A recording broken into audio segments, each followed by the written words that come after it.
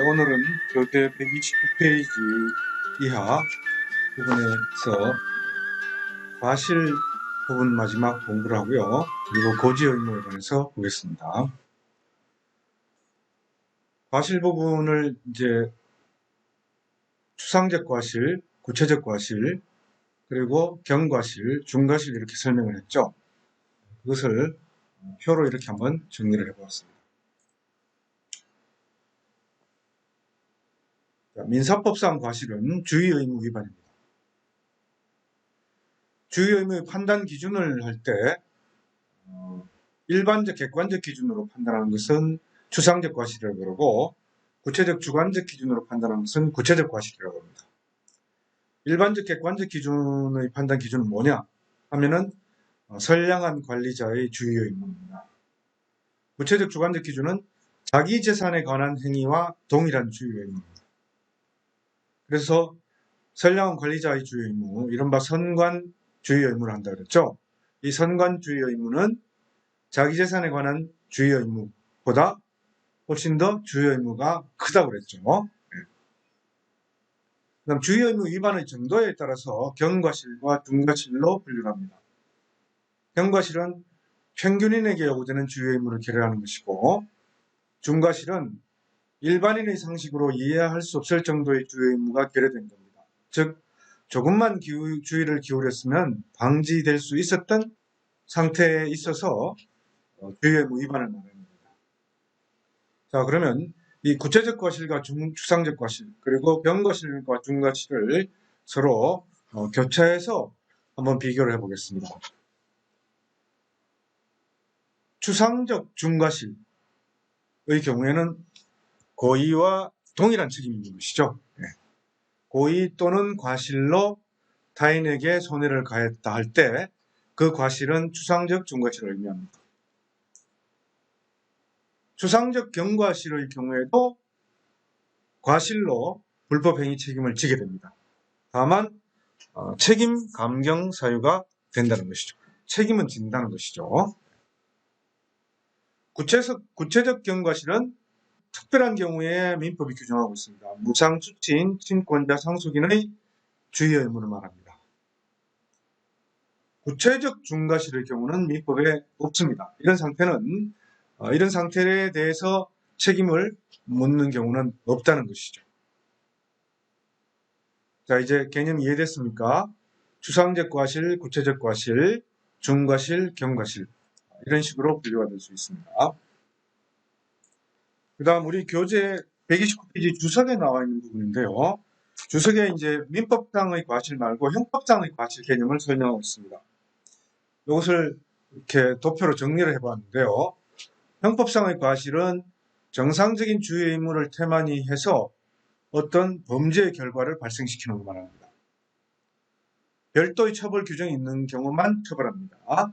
범죄의 결과를 발생시키는데 과실범에 대한 처벌 규정이 있는 경우에만 처벌합니다. 그래서 이 과실은 보통 과실, 중대한 과실, 일반 과실, 업무상 과실 이렇게 기본적으로 나눠집니다. 중대한 과실은 아까 민사법상의 과실에서 보는 중과실의 의미와 동일합니다. 주의 의무 위반의 정도가 심대하고 조금만 주의를 기울였더라면 방지될 수 있었던 상태에서의 주의 의무 위반을 말한다. 그래서 중과실치사상죄, 중실화죄, 중과실 폭발물 파열죄에서 이 중대한 과실을 규정하고 있습니다. 그 이외에 일반적으로는 과실범을 처리하는 경우는 보통의 과실로서 실화죄, 과실치사죄, 과실치상죄, 과실일수죄 등에서 보이고 있습니다. 일수라는 것은 뭘 말하는 거죠? 물을 넘기는 겁니다. 일수. 물을 넘쳐나게 하는 것.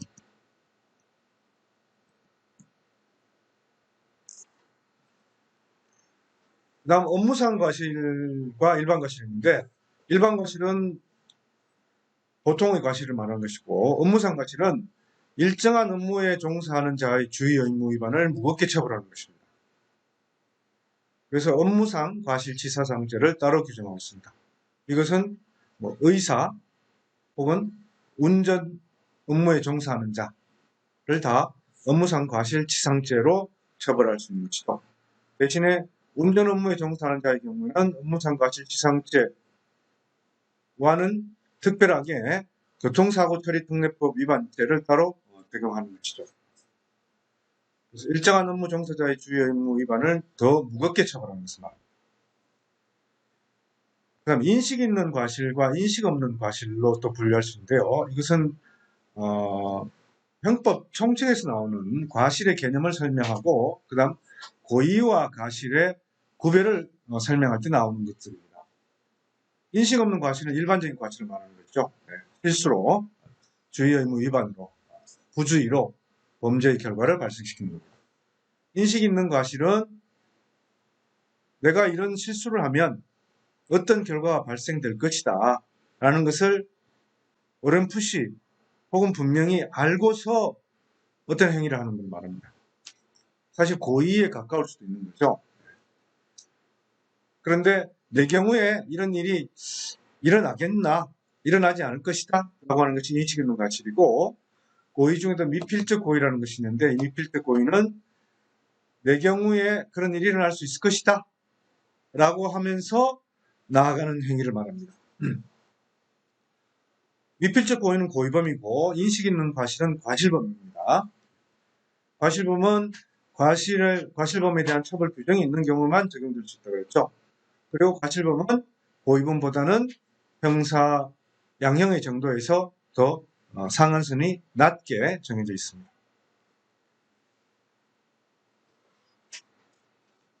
어떤 과실과 중대한 과실을 구별해서 주의해야 될 게 이른바 중상해죄라는 것이 있습니다. 중상해죄는 중대한 과실의 의미가 아니고 결과 발생이 중대한 경우입니다.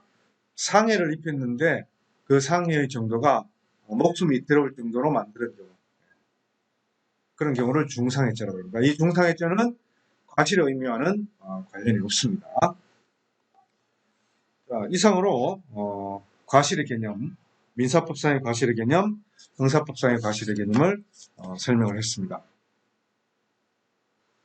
그 다음에 과실상계에 관해서 보겠습니다. 과실이 경합되는 경우입니다.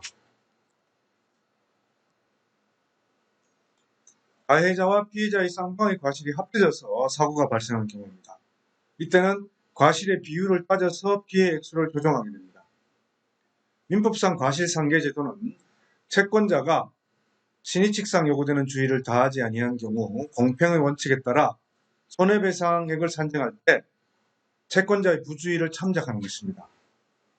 그리고 채무불이행에 있어서도 손해배상 책임의 범위를 정할 때 과실상계의 사유와 유무의 그리고 정도는 개별 사례에서 문제된 계약의 체결, 거래행위, 이행경위와 당사자 쌍방의 잘못을 비교해서 종합적으로 판단합니다. 그리고 이 과실상계 사유에 관한 사실인정, 그리고 과실의 비율을 정하는 것은 사실심의 전권사항입니다. 그렇지만 이 사실심의 전권사항이라 하더라도 형평의 원칙에 비추어서 현저히 불합리한 것은 안 된다라고 하고 있습니다. 그래서 이 과실상계는 불법행위나 채무불이행으로 인한 손해배상 청구의 경우에 손해 발생 또는 증대에 대해서 피해자, 채권자 혹은 배상권리자에게도 과실이 있으면 배상 유무 및 손해액을 정하는 데 참작하는 것이다. 채무불이행에 대해서도 채권자의 과실이 있을 때는 반드시 그 과실을 참작하고 배상액을 정해야 되고 때로는 채무자의 책임을 면제하는 수도 있습니다. 그러나 불법행위에 대한 피해자의 과실은 배상액에 참작할 수 있지만 가해자의 책임을 면제할 수는 없습니다. 피해자의 과실이 경미한 때는 그 과실을 참작하지 않아도 됩니다. 불법행위에 있어서 피해자의 과실을 따지는 과실상계에서의 과실은 가해자의 과실과 달리 사회통념이나 신의성실의 원칙에 따라서 공동생활에 있어서 요구되는 약한 의미의 부주의를 가리키는 것으로 보아야 합니다. 그러니까 이 불법행위에 있어서의 피해자의 과실은 그 과실을 따지는 주의 의무의 정도, 판단 기준이 좀 더 넓게 확장될 수도 있다는 것이죠. 자, 이 과실상계와 관련된 부분, 대해서 정리된 부분을 보겠습니다.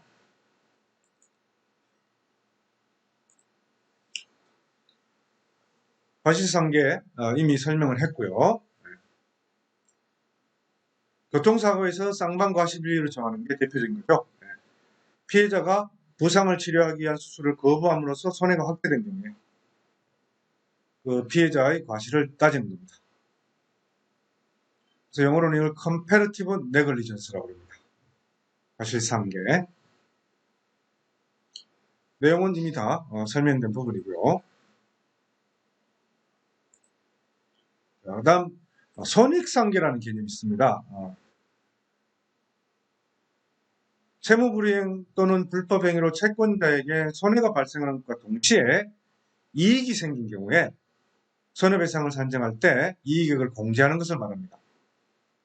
이건 이득공제가 원칙적인 용어입니다. 손익상계는 잘못된 용어입니다. 사실은. 상계라는 것은 원래 두 개의 대립되는 채권을 전제로 하는데 손익상계는 채무불이행이라는 동일한 원인에 의해서 채권자가 손해와 함께 이익을 얻은 경우에 이득공제를 의미하기 때문입니다. 그래서 이득공제라는 표현이 더 적합하다. 다만 이 이득공제의 범위는 상당 인과관계가 있는 이익만을 손해액으로부터 공제합니다. 폭행상해 가해자에 대한 수사 과정이나 형사재판 과정에서 피해자 받은 합의금을 손해배상금에서 공제하는 거, 그 이득공제라고 하는 거죠. 흔히 근데 손익상계라고 부르고 있습니다. 공사 도급계약이 해제된 경우에 그 해제로 인해서 수급인이 그 공사 대신에 다른 곳에 공사를 해서 얻은 소득, 공사 준비 재료의 처분 대가, 소득을 얻을 수 있었음에도 태만이나 과실로 인해서 얻지 못한 소득이 공제될 수 있다는 겁니다. 자, 이 부분은 지난번에 약간 설명이 된 부분입니다. 과실상계와 관련해서 다시 한 번 더 여러분들에게 설명을 했습니다. 자, 그 다음은 30페이지 고지의무 보겠습니다. 일반 거래 행위에서 거래의 목적물과 관련된 일정한 내용을 상대방에게 알려야 할 의무를 고지의무라고 합니다. 이것을 위반한 경우는 거래 행위, 즉 계약을 취소하거나 해지할 수 있도록 하고 있습니다. 법률상 이것을 명시적으로 규정하고 있는 것은 보험계약입니다. 상법에는 보험계약 당시에 보험계약자 또는 피보험자가 고의 또는 중대한 과실로 인하여 중요한 사항을 고지하지 않거나 부실의 고지를 한 때는 보험자는 그 사실을 안 날로부터 1개월 내, 계약을 체결한 날로부터 3년 내에 한해서 계약을 해지할 수 있습니다. 그런데 보험자가 계약 당시에 그 사실을 알았거나 중대한 과실로 알지 못한 때는 계약을 해지할 수 없습니다. 또 보험 기간 중에 보험계약자 또는 피보험자가 사고 발생의 위험이 현저하게 변경 또는 증가된 사실을 안 때에는 지체 없이 보험자에게 통지해야 됩니다. 이것을 해태한 때는 보험자는 그 사실을 안 날로부터 1개월 내에 한하여 계약을 해지할 수 있습니다. 그리고 보험자가 이런 위험 변경 증가의 통지를 받은 때는 1개월 내에 보험료 증액을 청구하거나 계약을 해지할 수 있습니다.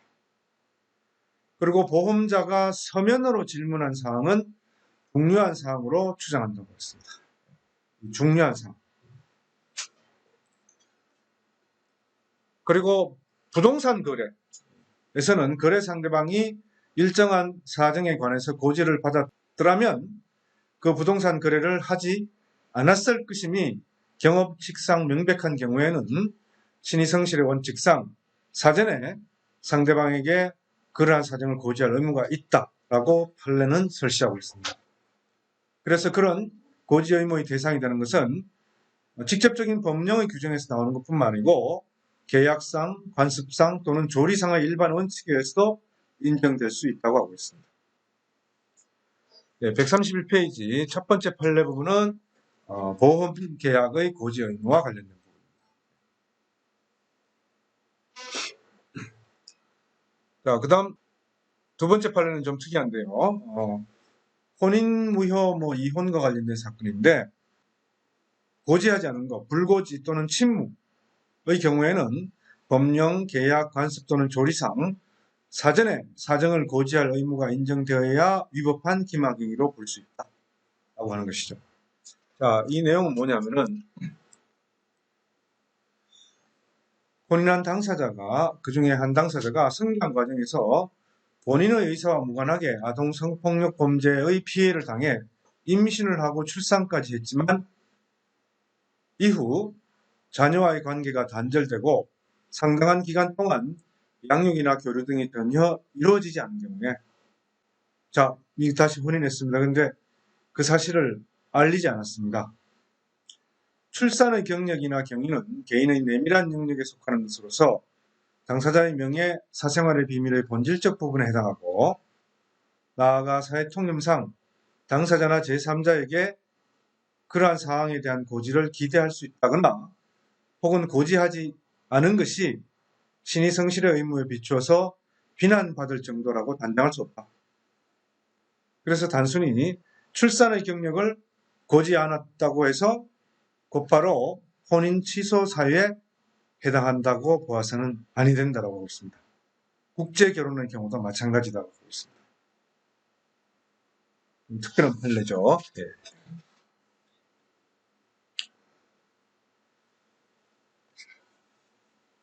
그 다음 판례는 부동산 거래와 관련된 부분입니다. 네. 뉴타운 사업지구와 관련된 지역주택의 조합원 가입 계약입니다. 그래서 사업 추진이 불가능할 수 있다고 하는 사정은 조합원 가입 계약 체결 여부를 결정하는데 관건이 되는 중요사항이다. 그래서 이것을 고지하는 것은 고지 의무 위반이다.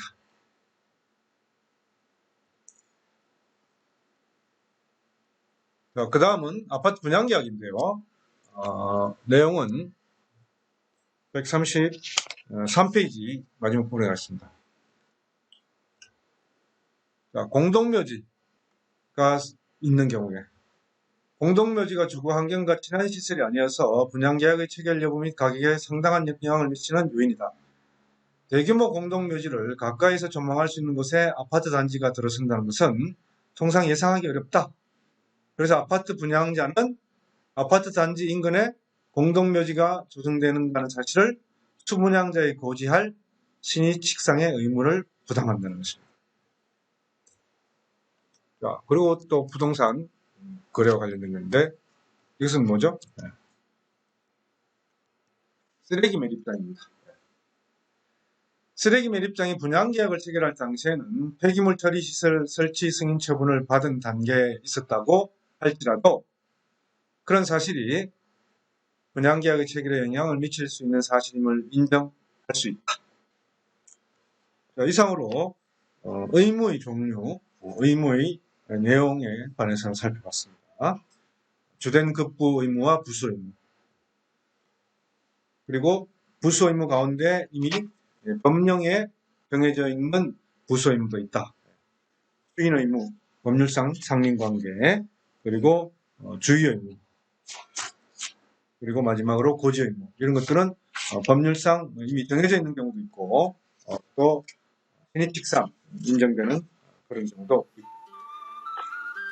다음 시간에는 행위와 의사에 관해서 살펴보겠습니다.